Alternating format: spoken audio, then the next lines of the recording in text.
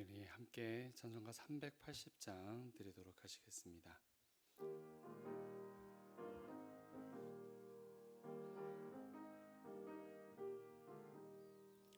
나의 생명 되신 주님 앞에 나아갑니다.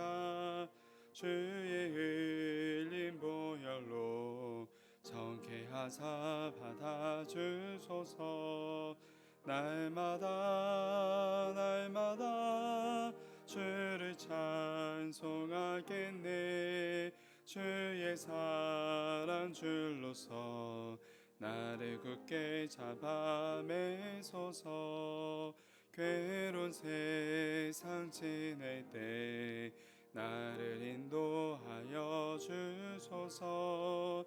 주를 믿고 나가면 나의 길을 잃지 않겠네. 날마다 주를 찬송하겠네. 주의 사랑 줄로서 나를 굳게 잡아 매소서. 세상 살아갈 때에 주를 더욱 사랑합니다. 밝고 빛난 천국에 나의 영혼 들어가겠네. 날마다 주를 찬송하겠네. 주의 사랑 줄로서 나를 굳게 잡아 매소서. 아멘. 여호와여, 아침에 주께서 나의 소리를 들으시리니 아침에 내가 주께 기도하고 바라리이다. 아멘. 나는 전능하신 아버지 하나님, 천지의 창조주를 믿습니다. 나는 그의 유일하신 아들 우리 주 예수 그리스도를 믿습니다. 그는 성령으로 잉태되어 동정녀 마리아에게서 나시고 본디오 빌라도에게 고난을 받아 십자가에 못 박혀 죽으시고 장사된 지 사흘 만에 죽은 자 가운데서 다시 살아나셨으며 하늘에 오르시어 전능하신 아버지 하나님 우편에 앉아 계시다가 거기로부터 살아있는 자와 죽은 자를 심판하러 오십니다. 나는 성령을 믿으며 거룩한 공교회와 성도의 교제와 죄를 용서받는 것과 몸의 부활과 영생을 믿습니다. 아멘. 네, 우리 이어서 382장 너 근심 걱정 말아라 함께 들으시겠습니다.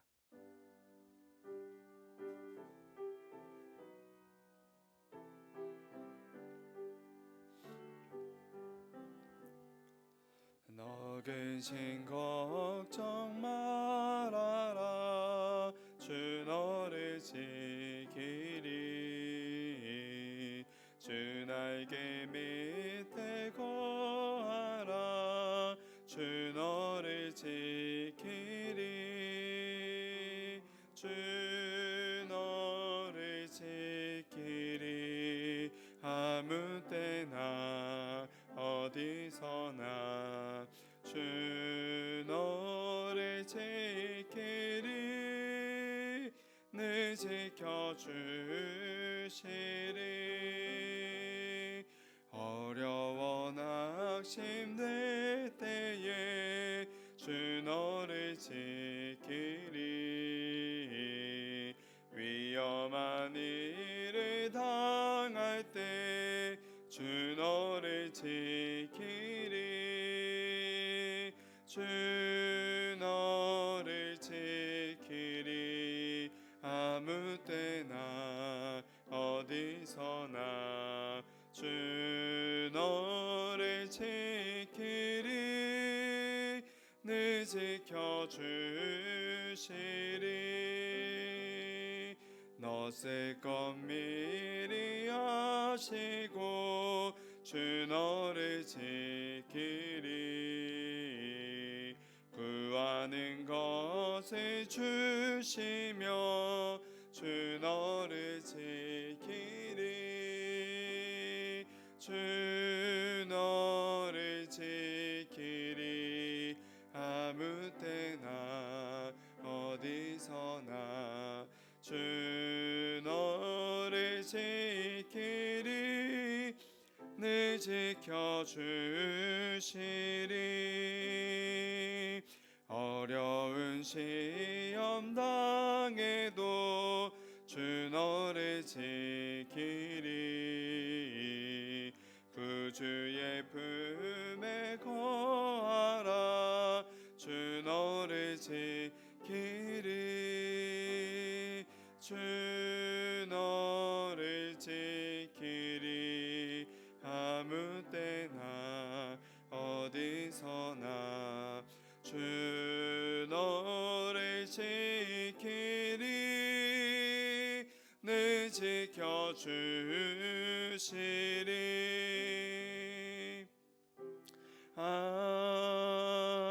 아멘. 네, 반주 감사드립니다. 우리 함께 기도드리도록 하시겠습니다. 사랑이 많으신 하나님 아버지 감사합니다.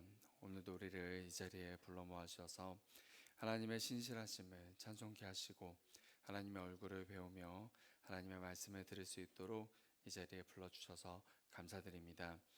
하나님께서는 우리에게 늘 말씀하시기를 근심 걱정하지 말고 주님을 믿으라 말씀하시며 우리에게 믿음을 독려하여 주십니다. 하나님 오늘도 말씀 가운데 주님께서 주시는 믿음의 말씀을 듣기를 원하오니 아버지 우리를 붙잡아 주시옵시고 하나님께서 붙잡아 주시는 그 은혜를 따라 오늘 하루도 하나님의 자녀답게 살아나갈 수 있도록 주님께 영광 돌리는 자녀가 될 수 있도록 하여 주시옵소서. 말씀을 전하는 자, 듣는 자 모두에게 주님께서 크신 은혜를 더하여 주시기 원합니다. 우리를 붙들어 주시옵소서. 감사드리며 예수 그리스도 이름으로 기도드렸습니다. 아멘.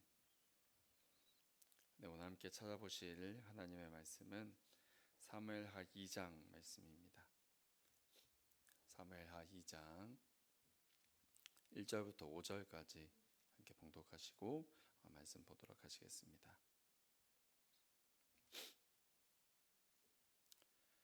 네, 제가 봉독해 올리겠습니다. 1절부터 5절까지입니다. 그 후에 다윗이 여호와께 여쭈어 아뢰되 내가 유다 한 성읍으로 올라가리이까 예수께서 이르시되 올라가라. 다윗이 아뢰되 어디로 가리이까 이르시되 헤브론으로 갈지니라. 다윗이 그의 두 아내 이스라엘의 여인 아히노암과 갈멜 사람 나발의 아내였던 아비가일을 데리고 그리로 올라갈 때에 또 자기와 함께한 추조정자들과 그들의 가족들을 다윗이 다 데리고 올라가서 헤브론 각 성읍에 살게 하니라. 유다 사람들이 와서 거기서 다윗에게 기름을 부어 유다 족속의 왕으로 삼았더라.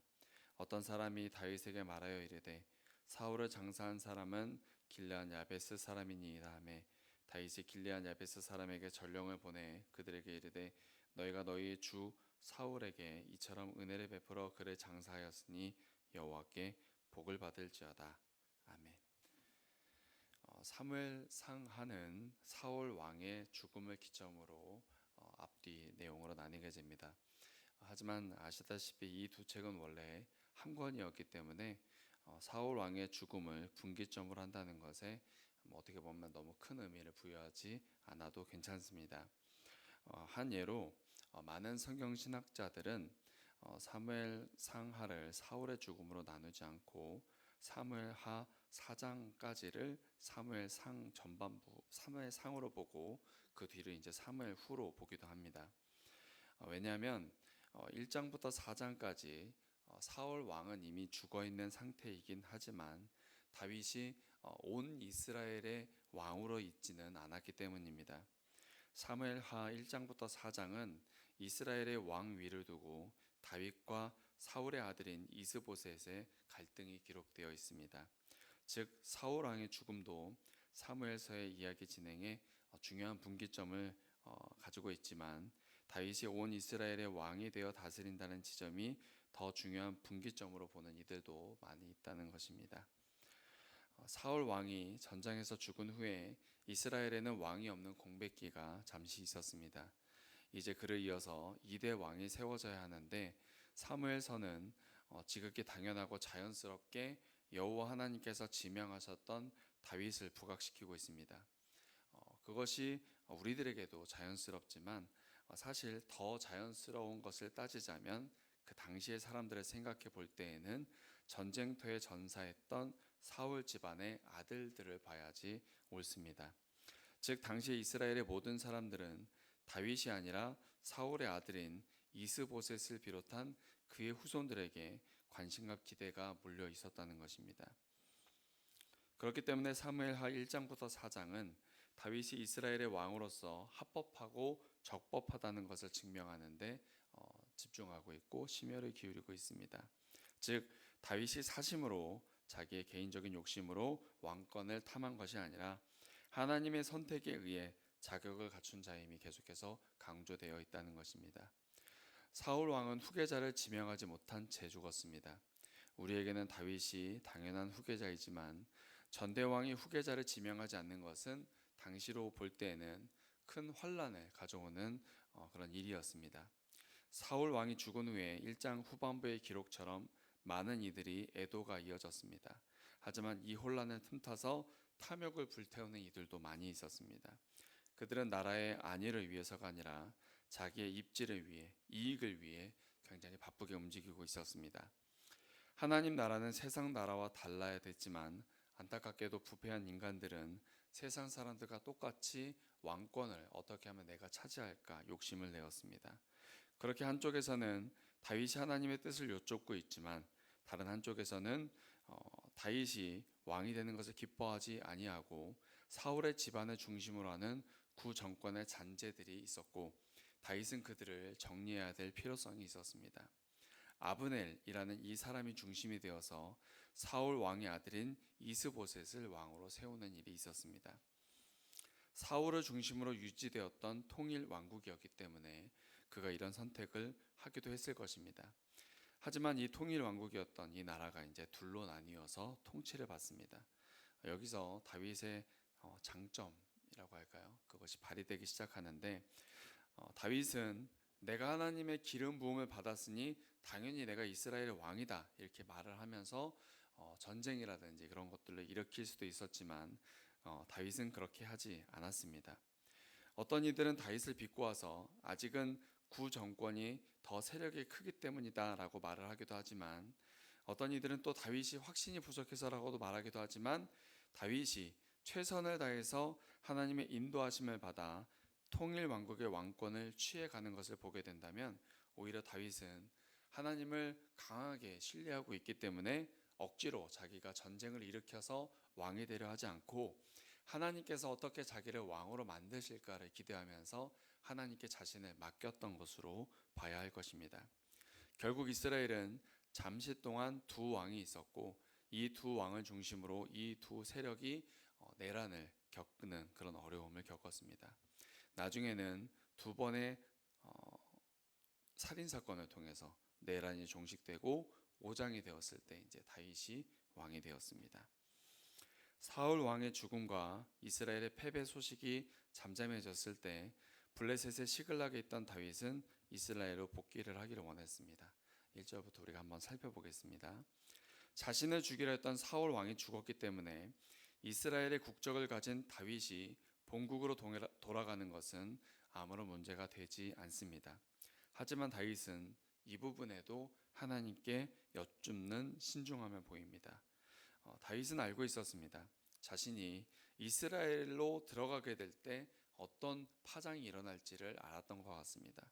하나님께서 다윗에게 기름을 부으셨다는 사실에 더 큰 비중을 두는 신앙적인 사람들은 다윗을 빨리 온 이스라엘의 왕으로 세우려 했을 것입니다.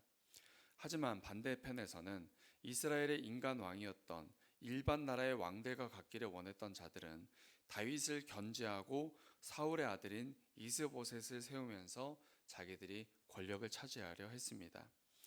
다윗의 반대 세력에도 불구하고 하나님께서는 확실한 계획을 가지고 계셨죠. 하나님은 다윗을 본국으로 돌려보내시려고 헤브론으로 인도하셔서 먼저 그곳에서 왕이 되게 하십니다. 오래전에 사무엘이 비밀리에 다윗을 왕으로 세웠지만 이제는 유다 민족 전체가 보는 그 가운데서 왕으로 세워집니다.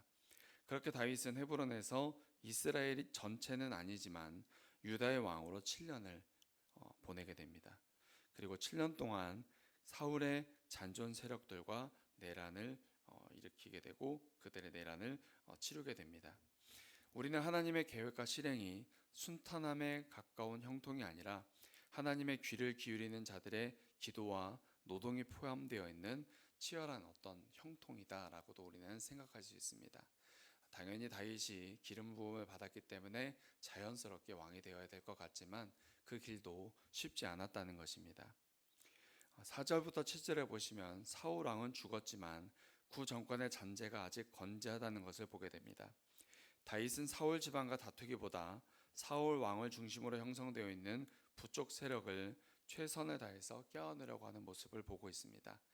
그는 온 이스라엘을 하나님의 백성으로 보았습니다.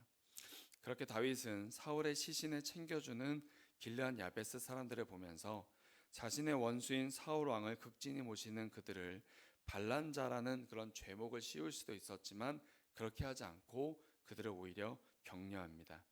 전대 왕에 대해서 선의를 가진 그들을 격려했던 것이고 칭찬했던 것입니다. 다윗은 그들의 선의가 반란으로 이어지지 않도록 하는 일도 했습니다. 하나님의 권위를 가지고 그들에게 권면을 한 것이죠. 너희들이 사울 왕에게 은혜를 갚는 것도 좋은 것인데 그래서 여호와 하나님께서도 너희에게 복을 주실 것인데 이제는 하나님께서 사울 왕이 아니라 하나님의 세우신 내가 있다. 내가 바로 그 다윗이다라고 말을 하면서 그 충성심을 하나님께 두도록 하고 하나님께 둔 그 충성심을 다윗 자신에게 쏠릴 수 있도록 5절, 6절에서 이야기를 합니다. 다윗의 이러한 권면은 뻔뻔한 교만이 아니라 하나님의 섭리로서 확고한 믿음 가운데 그들을 격려했던 것입니다.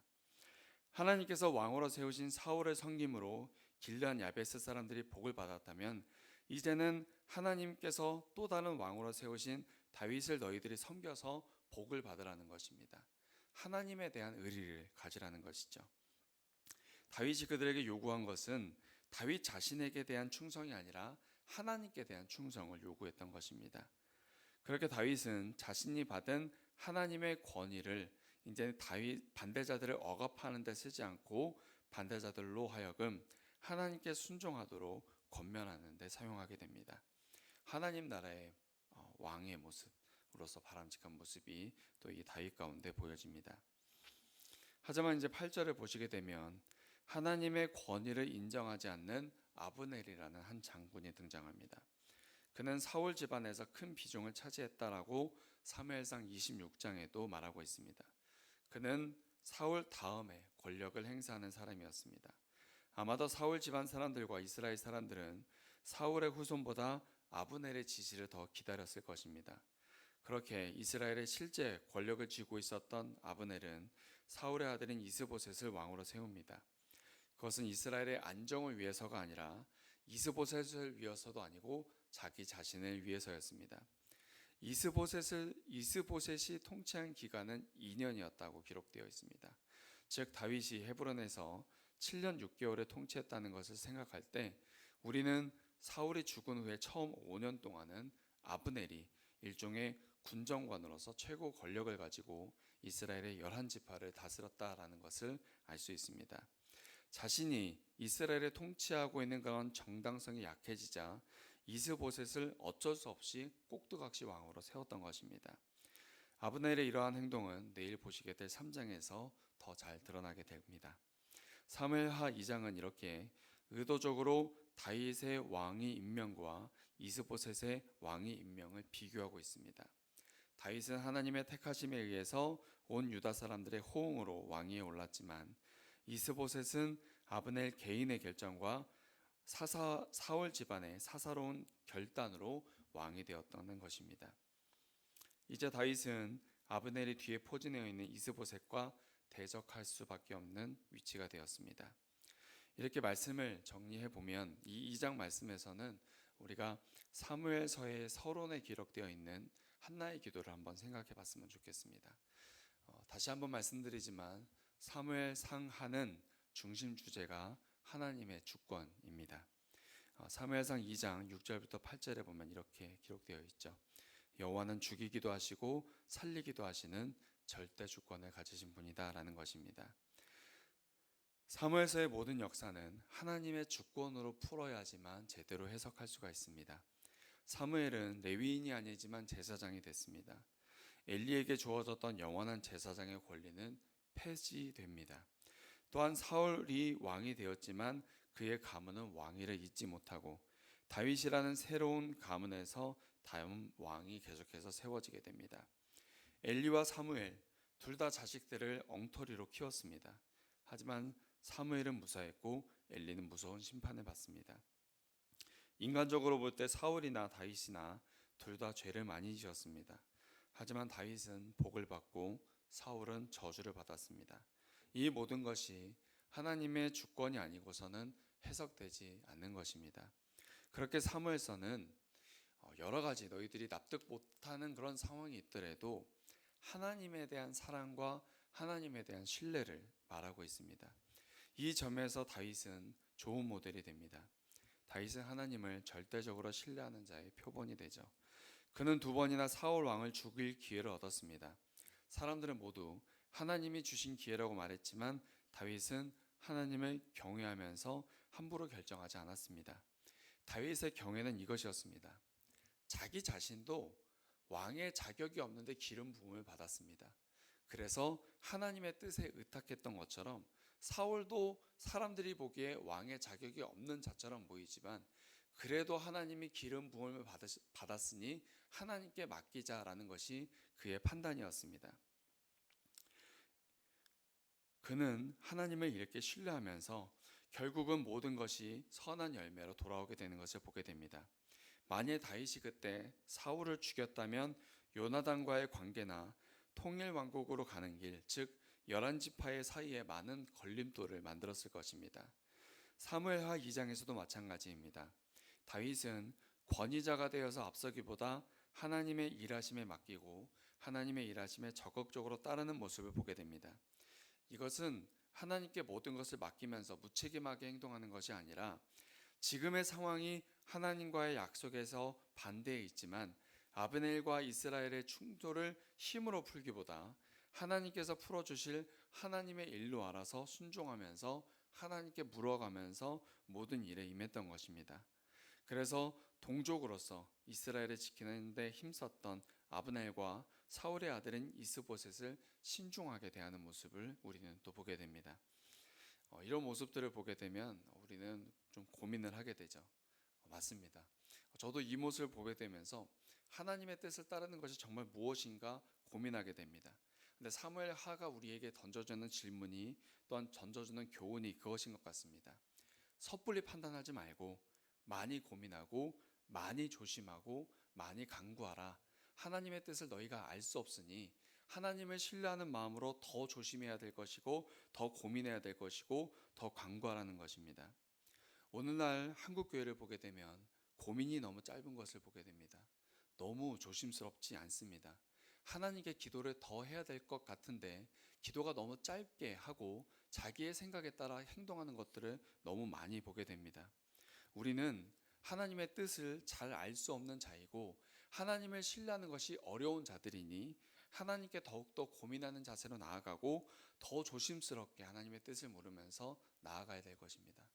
다윗도 그랬을 것 같습니다. 어떻게 보면 너무나 뻔히 보이는 답일 수도 있었습니다. 나에게 기름 부음을 주셨으니 그냥 내가 다 차지해도 됐었습니다. 하지만 다윗은 거기서 조심했습니다. 그리고 간구했고 더 고민했습니다. 그렇게 하나님의 방법을 찾아가는 다윗이었습니다. 우리도 하나님을 신뢰하는 건 정말 어렵습니다.